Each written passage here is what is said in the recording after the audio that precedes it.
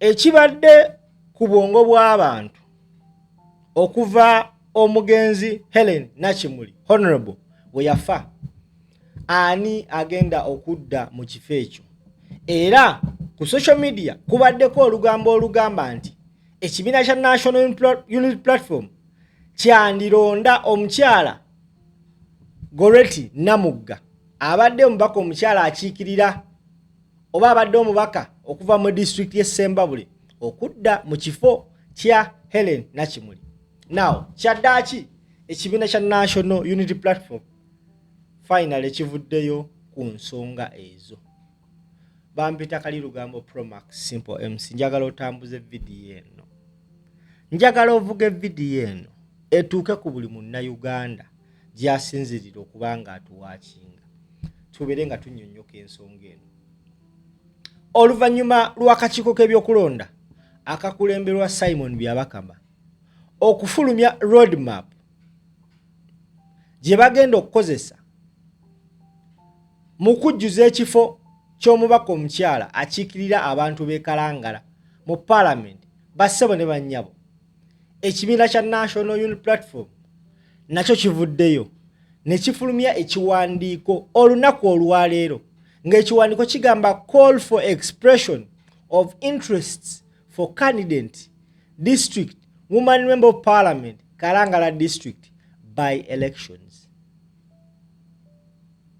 Era ne bategeeza bulungi nnyo mu kiwandiiko ekyo nti the Electoral Management Committee EMC wishes to call upon party members who are qualified and willing to express interest in carrying the party flag for the position of district woman member of Parliament for Kalangala district.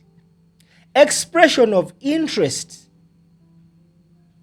will be received on Thursday, 14th May 2026 from 9 to 5. Interested members are requested to physically submit written application at the party headquarters at Makerere, Kavule. All candidates are required to attach a copy of the party membership card, national ID, curriculum vitae, CV, and certified copies of academic qualifications. Thank you. Natekako mukono Harriet Chemtai, chairperson wa Electoral Management Committee, akakiiko akavunaanyizibwa ku byokulonda mu kibiina kya National Unity Platform. Now, ladies and gentlemen, njagala owulirize bulungi nnyo. We babadde boogerako eri bannamawulire aba EMC, munnamawulire omu ababuuzizza ekibuuzo nti tuwulira rumors nti mwandiwa omukyala Namugga kaadi ogenda okiikirira abantu b'e Kalangala ate nga yeesimbawoko e Ssembabule n'afugayo ekisanja kiramba. First and foremost, National Unity Platform yeetaaga ekifo kino emirundi 10 ku kinnaakyo, era terina kukola nsobi yonna eyinza ogiremesa okufuna omuntu agenda okudda mu bigere bya eyabadde munnakibiina kya National Unity Platform Honorable Helen Nakimuli. Beetaaga okukola buli kyetaagisa nga bwe baakikola Honorable Segirinya Muhammad, bwe beetaaga wiini eno mu mbeera yonna. So batadde ekiwandiiko nga basaba buli omu ajje. Now, munnamawulire waabuuzizza akulembera ebyokulonda mu Central Buganda Oweekitiibwa Ssebuufu ku nsonga y'okujja Honorable Namugga Kayunga rather e Ssembabule bamuleeta e Kalangala, bw'ati bwazzeemu. Njagala owulirize ate tukomewo. Tovaawo. Anjagala okujja n'ebipapula byange. Osigale eno da. Naka lwakuna. Mbaziba nnyingi. Ground assessment to know to encourage our people power principle. The voice of the people should be heard as well. That's why we are going to go to the ground, and that will take 50% of the mark, and the rest will be for vetting and the debate. Thank you very much. Bwaba yana kyagala okubuuza banyama ne basebo tujja muwa omukisa naye obubaka bwebo otubawadde ogenda ku nnaku z'okulaga obwagazi n'okusunsula abalaba basusuddwamu kale babisubire mu pangasi ng'okulangirira oyo anaabakwatidde kinatwalamu era akaseera z'ennaku zirambisaayo.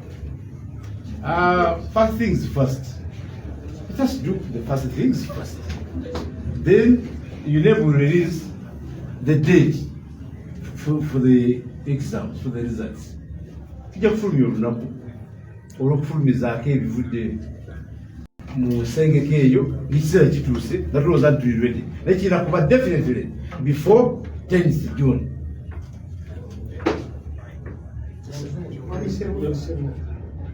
Tusuubire nti omuntu agenda okwesimba mu kifo kino alina kuba munnakalangala oba n'obweggulu obwekkotido asobola okuteekamu okusaba kwe obaoteeka ne bannabo. No principle eri nti abagenda okuteekamu empapula balina kubanga bannakibiina. Olina kuba munnakibiina. Bagwesibaibwera munnakalangala atali munnakalangala naye olina kuba munnakibiina okusinza ku ttuulu gye tugenda okukozesa. Gomanyi oba ova kalanga oba kalanga. For example, etteeka ly'eggwanga ligamba olina kuba registered voter. Nze oba registered bindi kotido bino gye bisimba e Kampala wa. So gye tugamba tuukiriza bye tusabye. Ebirala akasengejja kajja kutuwa omuntu asinga okuba omutuufu. Naye buli munnakibiina alina eddembe okuvuganya ku kifo kino. Naye kyemmanyi nti weekolako naawe self assessment nogaa ddala tuli abasajja bano n'abakyala bano giyitako. Kati ground assessment tugambye twala 50%. Kigizire kubanga ku ground bakufiiringa abaali muli mu kalangala museegi. Ekyo alina kubanga mukyala. Alina kubanga mukyala ng'omukulu bw'agambye ku ekifo ky'abakyala. Naye nze Ssemakula Rajab, chairperson Punga Kalangala district, ate nga ndi district chairperson wa Kalangala outgoing. Lodima eya electoral commission yafulumya ate nga eri very tight. Enkula ya Kalangala district tugenda okunoonya akalulu mu bizinga 64. Ebizinga 64 ba campaigns baziwadde ennaku 10. Abantu betuvuganya nabo bannaffe ab'ekibiina ekya NRM already candidate bamuselectinze bali ku ground batambula. Already vetting process tugiwadde ennaku 6 olwaleero. Obudde tebutukwate nga tetunnasalawo wa candidate kyagenda okusikiikirira. Era eddembe okubuuza nesimanyi lupapula lw'amawulire oba media house gy'okiikirira. Kakati ate nga nyala nnyo okuba bannamawulire omukisa bawuze. Gwe era wotusanga watuufu. Iganasa babati. Esebo papa. Tulabye by-elections nyingi ezibeerawo. Mujje tujjukirako ey'Akayunga ebyavaayo mwabiraba. Mulaba ya Nalukoola wano e Kawempe. Mweteeseteese mutya okwenganga embeera ng'eyo nti by-elections obuvuyo bujja bungi okukakkana nga mufiiriddwa ebifo. Tubalaba n'essaawa zino mukyakolima olw'ebifo ebimu kye baali batwalago. Mweteeseteese okulaba nga muwanza. N'akakiiko kano abantu bangi bazze bavaayo nga bagamba akakiiko kamwe vetting gurawundi nti mulabika nti mulina be mufe balinga. Enteekateeka eno mukakasa mutya abantu bano nti bagenda kujja mu bagize process eno abaveemu ng'omuntu omutuufu yavudde neyabuuza. Ekisookera ddala tewali akolima wano. Omuzannyo gwe tulimu tugumanyi bulungi. Tukimanyi bulungi nti bwe tuvuganya bannansiko nammwe mukimanyi. Kyogagwe tokimanyi. Bajja wano namundu ekitoli atakimanyi. Naye ensi erina okukola ebyayo nga bw'erina okubikola. Ate ensi erina ekisinga esalo direction yaayo. Tiwali atakimanyi nti Mwami Kyagulanyi yawangula akalogo bwa president. Kyogagwe atakimanyi. Kyogagwe tokimanyi abuuziza. Naye agenda okulayira enkya era tukimanyi nti mulala. Naye leka gesa bannayuganda all the time. Bannayuganda bali gwenyala kikugamba nga naawe mwoli ate naawe nkimanyi kyengenda okwogera kyoli. Buli omu gw'olaba munnayuganda munyiivu over 70% of Ugandans are bitter. Ebyokulonda nga bwe byali. tewali musanyufu, buli omu munyiivu kuba buli omu anyigiriziddwa. Twabiraba oli naafuna nabeera wakusatu ebalekabo namba emu n'ebbiri balangiri wokusatu. Uganda ebimanyi ate abali mu bukulembeze they are students of history. Okay, okusinziira ku chairperson akulembera ebyokulonda mu Buganda Central, omukulu Ssebufu ategeezezza, bambuuziza ekibuuzo ky'omubaka omu okuva e Ssembabule okujja e Kalangala. Ategeezezza n'agamba nti amateeka galagira nti omuntu alina okwesimbawo ku kino ekifo alina kubanga is a registered voter.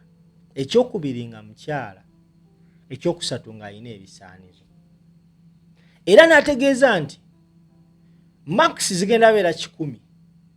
50 gava Kalangala ku ground, then 50 agasigadde gagenda kuva mu vetting ewa EMC, Electoral Management Committee.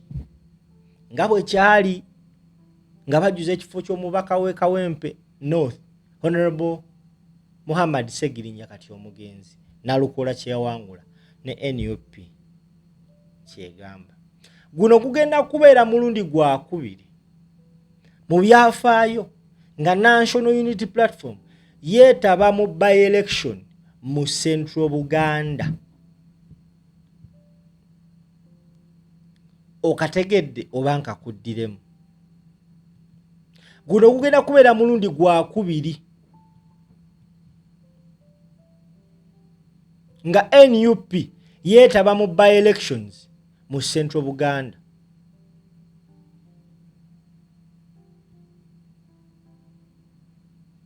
Era bassemu ne bannyabo, roadmap y'akakiiko k'ebyokulonda yafulumye ennaku z'omwezi nga 24 omwezi ogwa June lwe tugenda okulonda omubaka. Abantu b'e Kalangala we bagenda okukka mu kabokisi balonde omuntu agenda okukiikirira abakyala mu district e Kalangala. Ennaku z'omwezi nga 24 omwezi ogwa June lugenda kubeera lunaku lwa 3 bassebo ne bannyabo, okusinziira ku roadmap y'akakiiko k'ebyokulonda. Era ennaku z'omwezi nga 12 wakati wa 12 mpaka nga 22 omwezi ogwa June we wagenda okuba campaigns omwezi ogujja. The question is, mu campaigns ezo omukulembeze w'eggwanga Robert Kyagulanyi Ssentamu Bobi Wine anaabaawo? The question ngenda gireka wakati onange bassebo ne bannyabo. Amanya bampita Kali Lugambo wa Promax Simple MC. Ndowooza abadde alina ekibuuzo oba ekibiina kya NUP kisobola okuwa Namugga kaadi okitegedde. Agambe nti alina kubanga registered voter, alina okubanga munnayuganda, alina okubanga mukyala, alina okuba n'ebisaanizo. Namugga Goleti byonna byonna abiina. Naye Namugga Goleti yabadde ku mukutu ogwa CBS yabuuzibwa ekibuuzo nti tuwulira oluvuvumo okuva e Kalangala nti oli likely okukiikirira abakyala mu district e Kalangala. Yavudde n'agamba first and foremost yeebaza abantu okuba nga bamuteekamu obwesige, wabula teyakoonyeeko nti agenda kubeera mu lwokaano olwo. Namugga yeesimbawo e Ssembabule ne bamubba akalulu era n'atwala petition mu kooti, ekintu kye sisuubira nti asobola ogijjayo. Abamu ku beegwanyiza entebe eyo okudda mu kifo kya Honorable Nakimuli Helen mpulira mbu kuliko mukulu we era ne mulumbe olumu olwali e Kalangala yavaayo n'agamba nti naye waali okusaavinga. Woba ojjukira story ne statements za muzeeyi ze yakola nga baziika Honorable Nakimuli, lwakuba ye yapointinga n'agamba nti omwana wa Helen ono mumpeeyo emyaka mitono nnyo ngenda fuba nnyo olaba nga naye ayingira Parliament. Era waliwo amaloboozi akagamba nti oba ekifo ekyo kidde mu famire. Now, this is something different with the National Unity Platform. Tekirina buzibu kifo kudda mu famire.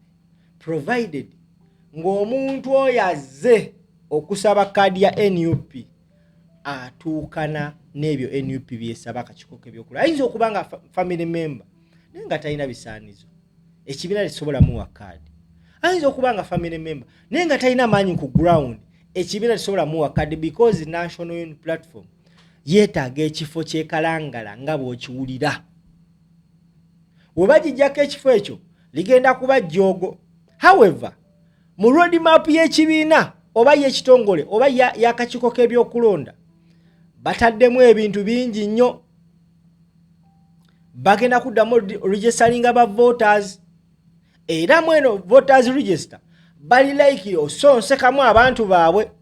Essaawa zino ennaku z'omwezi kandabe wano eno, ennaku z'omwezi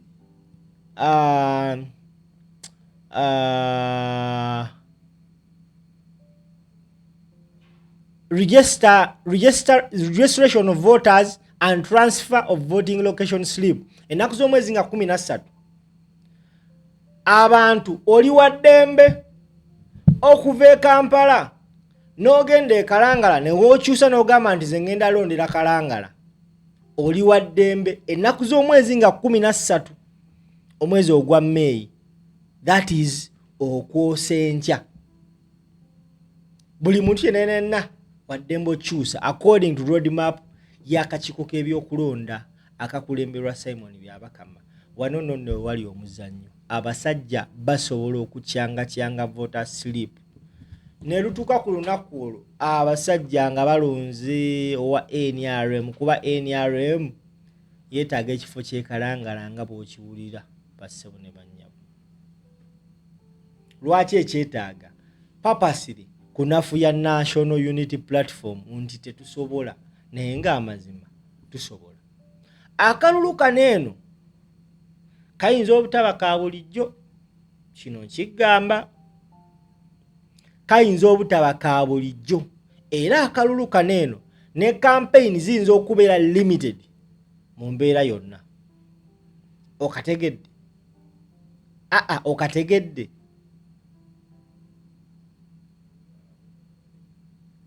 Wayinza okubaawo wrangles, era kyensaba kiri kimu mu family ya Honorable Helen Nakimuli.